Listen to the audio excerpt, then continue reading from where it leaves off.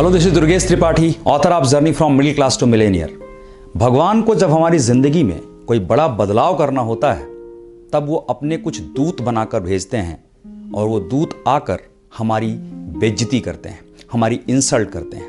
भले ही ये बात आपको सुनने में थोड़ी अजीब लगे या पहली बार में आपको ये बात समझ में ना आए, लेकिन आप इस वीडियो को अंत तक वॉच करना। जो मैं कह रहा हूँ आपको वो बात समझ में जरूर आएगी। रतन टाटा एक बार फोर्ड के हेड बिल फोर्ड के पास गए थे और उनका क्योंकि टाटा का जो पैसेंजर व्हीकल डिवीज़न था वो ठीक से काम नहीं कर पा रहे थे, लॉस में जा रहा था, तो रतन टाटा गए बिल फोर्ड से मिलने और उन्होंने उनसे रिक्वेस्ट की, ऑफ़र किया कि आप हमारा टाटा का पैसेंजर व्हीकल डिवीज़न को खरीद लीजिए।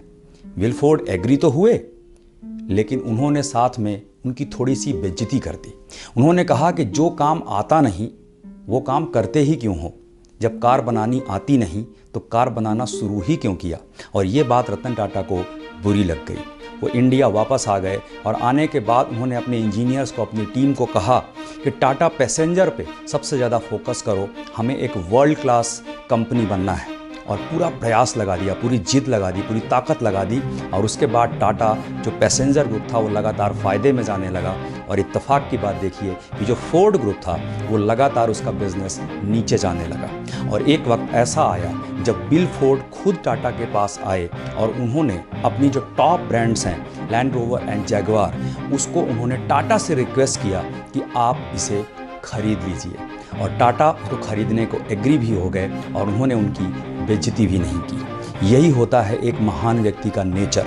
बेइज्जती होने पर या इंसल्ट होने पर हमारे दिमाग में गुस्सा आता है और गुस्सा आने के बाद हम या तो लड़ाई शुरू कर देते हैं या फिर किसी की कंप्लेन करना शुरू कर देते हैं या क्रिटिसाइज़ करना शुरू कर देते हैं। और ये वो बिहेवियर है जो हर कॉमन इंसान करता है। लेकिन जो सक्सेसफुल लोग होते हैं, जो वर्ल्ड क्लास लोग होते हैं, वो जब कोई उनकी इंसल्ट करता है वो कंप्लेन नहीं करते, वो क्रिटिसाइज़ नहीं करते, बल्कि वो चेंज करते हैं, वो अपने अंदर कुछ बदलाव करते हैं।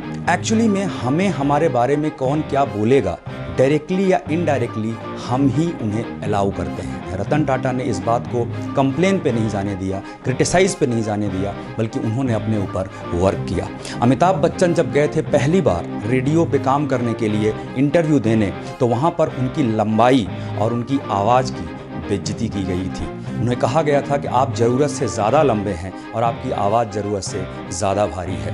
ये बात उनको बुरी लगी थी, लेकिन बुरी लगने के बाद उन्होंने कंप्लेन नहीं किया, उन्होंने क्रिटिसाइज़ नहीं किया, बल्कि उन्होंने अपनी उसी लंबाई को, उन्होंने अपनी उसी आवाज़ को इतना निखारा कि आज उसी लंबाई और आवाज़ की वजह से अमिताभ बच्चन की एक अलग पहचान बनी। चेतन भगत के बारे में अगर आप जानते हो, चेतन भगत को पहली बार जब वो जॉब करने गए थे तो उनके बॉस ने जॉब से निकाल दिया था और उन्होंने कहा था कि आप इस जॉब के काबिल नहीं हैं, क्योंकि उनको दिया गया टारगेट वो पूरा नहीं कर पा रहे थे।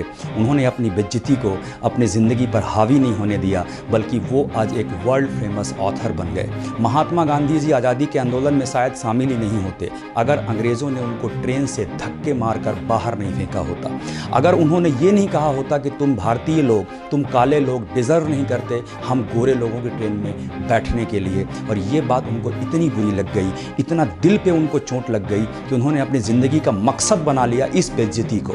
और इस बेइज्जती की वजह से वो वहाँ से वापस आए और उन्होंने कसम ली कि जब तक ये सारे अंग्रेज़ों को अपने देश से बाहर नहीं करेंगे तब तक मेरी बेइज्जती का असली बदला नहीं होगा। वो एक चिंगारी कितनी बड़ी क्रांति में बदल गई, ये आज हमें और आपको सोचना चाहिए। बेइज्जती उनकी भी हुई थी, लेकिन उन्होंने कंप्लेन नहीं किया, क्रिटिसाइज़ नहीं किया, बल्कि उसको अपनी ताकत बनाया। जितने भी महान लोग हैं उनका ऐसा मानना है कि जब भी हमारी कोई बेइज्जती करता है उससे लड़ाई करना, उसकी खुद की बेइज्जती करना और उसे गालियां देना, ये बहुत कॉमन बिहेवियर है, ये कोई भी कर सकता है। लेकिन असल बात तो तब है जब हम अपनी उस बेइज्जती को अपने जीवन का एक मकसद बना लें, हम उस बेइज्जती को अपने जीवन की एक ताकत बना लें।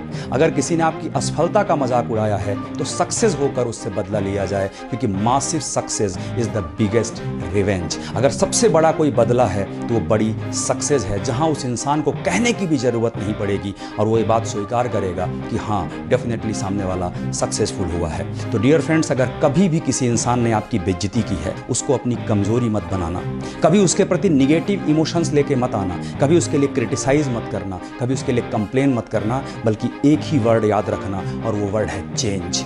तो आज अपने जीवन में एक मंत्रा को उतार लीजिए, सबसे पहले जैसे ही इंसल्ट होती है तो गुस्सा पैदा होता है और वो गुस्सा हमें निगेटिव इमोशन से भर देता है और हम अपने जीवन में कुछ विनाशकारी डिसीजंस ले लेते हैं। आज के बाद इस गुस्से को एक सही दिशा दीजिए, इस गुस्से को अपना मोटिवेशन बनाइए, कुछ ऐसा करिए कि ये गुस्सा भी आपकी ज़िंदगी में बड़ा बदलाव लेकर आए। इस वीडियो को देखने के बाद आपके मन में क्या विचार आया, किस तरह की भावना आई, ये ज़रूर कमेंट करिएगा। और अगर ये वीडियो आपको अच्छा लगा तो ज़रूर शेयर करिएगा अपने लोगों तक, जिससे उनके लाइफ में भी कुछ अच्छे बदलाव आए। Thank you so much for watching.